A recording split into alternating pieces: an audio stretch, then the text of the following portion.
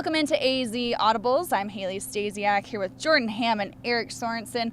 On the rooftop deck of Skyview Networks, we are discussing the first round of high school football playoffs. Regular season's over, guys. It kind of went by pretty fast. But let's begin by talking about what your biggest question is in this first round. My biggest question, the toughest team I've had in terms of projections and what they could do is the Pinnacle Pioneers. This is a uber talented team with Spencer Rattler at the helm and a ton of young but experienced players and just a lot of elite talent. But when you look at the teams that they were able to beat, they beat up on the teams that they were supposed to. And when they had to play the Centennials, the Chandlers, the Mountain Points, they really struggled. Those are going to be the teams that they see deep in the playoffs. In their wins, their opponents had a 27-43 record, while in their 3 losses, 25-5. So they struggled against a Chandler team that didn't have Jacob Conover. A lot of key players weren't quite there. They played Centennial tough, but they weren't able to pull that out. And then Mountain Point was able to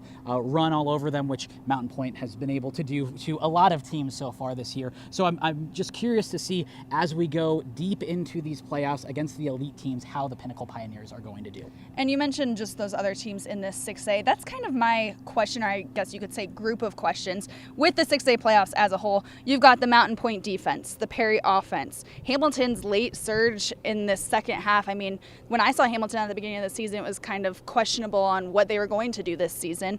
And then Chandler's health after that IMG game. We've discussed the injuries that they obtained. And then you've got Desert Ridge at 9-1 getting a 2 seed, which is not necessarily surprising. They've been a pretty consistent team this year, but also keeping an eye on that. And then Red Mountain may be the team to kind of come up from behind. Jordan, you mentioned the Pinnacle Pioneers. I'm going to stay in that same region and focus in on the Horizon Huskies. What do we make of the 10th seeded team in 6A? They start off the year red hot. The last 2 games, they got upset by Boulder Creek and absolutely got destroyed last week at Pinnacle. It'll be curious to see how Ty Wisdom circles the wagons because, you know, in the playoffs, momentum can go a long way. It doesn't get any easier taking on the 7th seed Red Mountain Lions.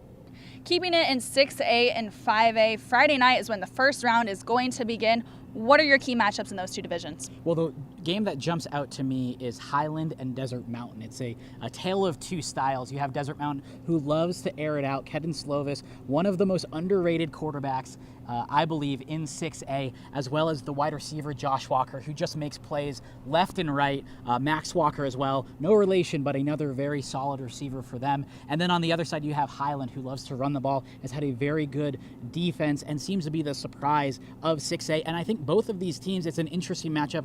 Whoever wins that game, and presumably Mountain Point, the 1 seed, wins their game, that next round you then have Highland, who had Mountain Point up against the ropes, lost 14-13 against them in the regular season, and then you have that big passing game against Mountain Point, who might have the best secondary in the entire state.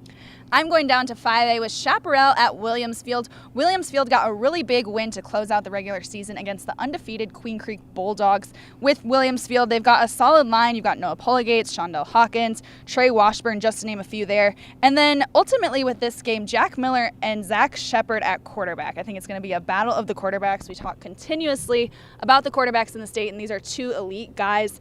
And then with Chaparral, you got Darvin Hubbard, who is a transfer sophomore at the running back position, Tommy Christakis, who's also a sophomore. He's a wide receiver and a kicker. And then, Jordan, your Tasmanian Devils, which you've dubbed them, Braxton and Zion Tesler.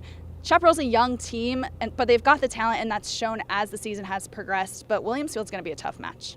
I'm going to stay in 5A, but we're going to go from the far East Valley to the far West Valley. Marana making the trip up I-10 to take on Verrado, 2 teams coming in red hot. Verrado has won 5 straight games, got a big overtime win against Desert Edge to claim their region. Marana has won 8 straight, and their defense has been unbelievable in that streak, only allowing 11 points a game. With Tom Ward at Verrado, first-year head coach, you know he's going to rely on Jatai Jenkins, their star running back. He's done everything, averaging close to 10 yards per carry. Keep an eye on that game. It's going to be a good one. We'll be back later in the show with more on the high school football playoffs. Keep it right here. Welcome back into AZ Audibles. We've got the crew back on the couch now to continue our discussion on the high school football playoffs. Haley Stasiak, Jordan Ham, and Eric Sorensen here. Guys, let's discuss our storylines as we head into this first round. For me, it's the Pinnacle offense. This offense has not scored less than 56 points in their last 5 games. they're averaging about 64 per contest. And what we know about the Pioneers is they have a good mix in terms of offensive skill, position players who have been in the playoffs before. Not a lot of success the last couple of years, but if you're looking for a team that has a bunch of momentum and could carry that into a potential second round rematch with Chandler, it's Pinnacle. I'm going to move into 4A now, the Seton Catholic Catalina Foothills matchup.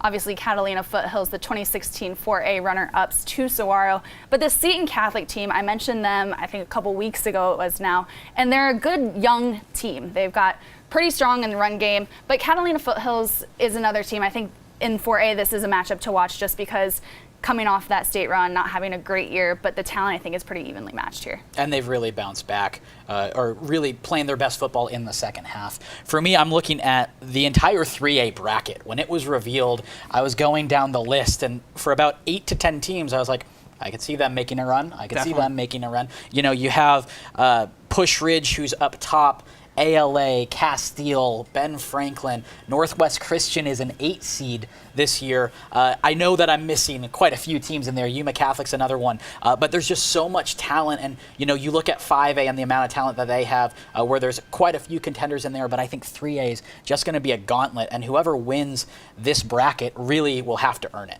We're looking forward to what the first round of playoffs has in store. That's what we've got for you on AZ Audibles. We'll see you next time.